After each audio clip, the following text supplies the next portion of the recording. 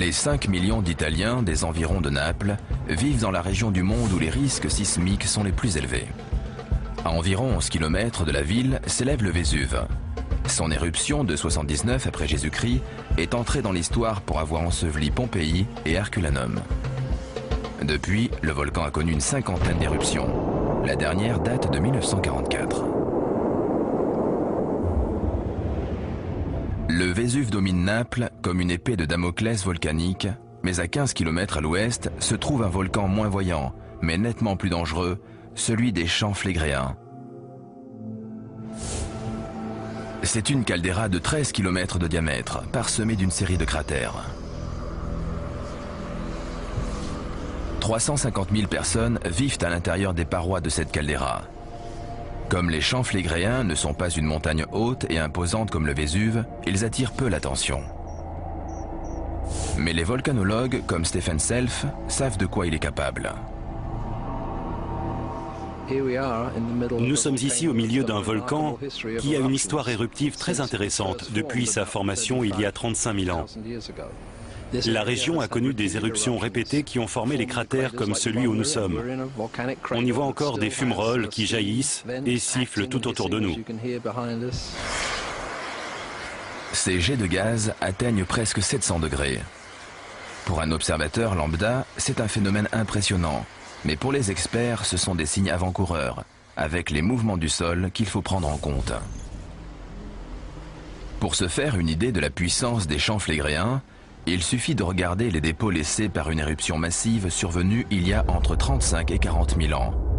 Elle était 10 000 fois plus violente que celle du Pinatubo en 1991. Ces falaises de 80 mètres de haut, à Sorrento, à 30 km du volcan, sont composées de matériaux volcaniques laissés par la super-éruption. Le volcanologue Giuseppe Mastrolorenzo sait que ce sont les preuves géologiques que d'énormes coulées pyroclastiques ont dévasté toute la région. La coulée pyroclastique est passée par là, comme un nuage bouillonnant. Ensuite, elle s'est solidifiée et a recouvert toute la région de Naples. Ce que les scientifiques savent du passé des champs Flégréens leur donne un modèle réaliste sur son avenir potentiel. Le scénario commence par une agitation exceptionnelle au cœur de la caldeira. Dans le cas d'une super éruption, plus de 240 km3 de poussière, de gaz et de pierres ponces sont projetés dans les airs. Ça recouvrait une zone de la taille d'une grande ville sous des dizaines de mètres de cendres. D'immenses coulées pyroclastiques sortent du volcan à des vitesses quasi supersoniques. Les bâtiments qui ne sont pas encore sous la cendre sont mis à terre par la force des coulées ou calcinés par leur température à 800 degrés.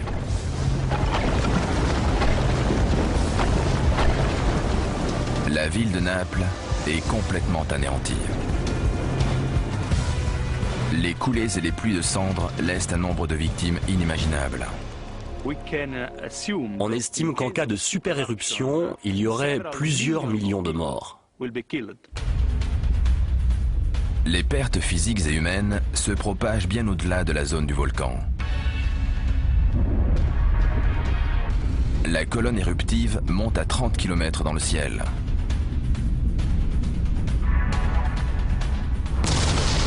Les pluies de cendres asphyxient les villes des environs de la caldeira et atteignent Rome, à 225 km de distance.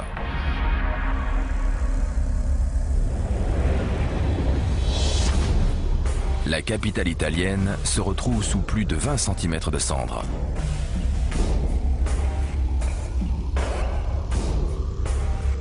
Cela suffit à faire s'effondrer les toitures et à tuer des milliers de personnes. La cendre qui se déplace vers l'Europe de l'Est et certaines régions d'Asie est moins conséquente. Mais ces conséquences sont malgré tout très graves.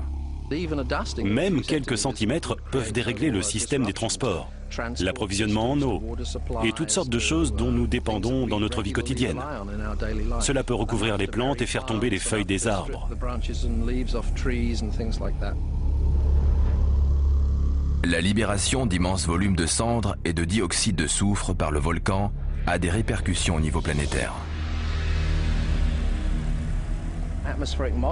Les modélisations atmosphériques prévoient une baisse de température de plusieurs degrés, ce qui modifierait la météo pendant 4 ou 5 ans après une éruption massive.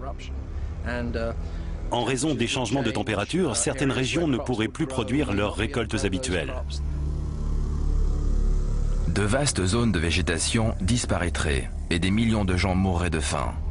Au final, la planète et tous ses habitants en subiraient les conséquences.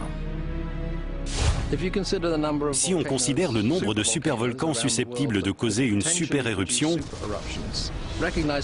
et qu'on y ajoute le fait qu'on ne les connaît sans doute pas tous, on peut conclure qu'il y a une chance sur 100 pour qu'une super-éruption se produise au cours du prochain siècle, ce qui est assez important.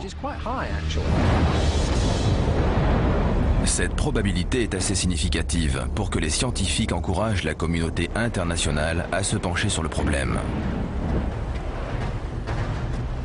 Les volcanologues savent qu'il est impossible d'empêcher une éruption. Il n'y a qu'une chose à faire, retenir les leçons du passé et étudier le présent pour aider l'humanité à préparer l'avenir.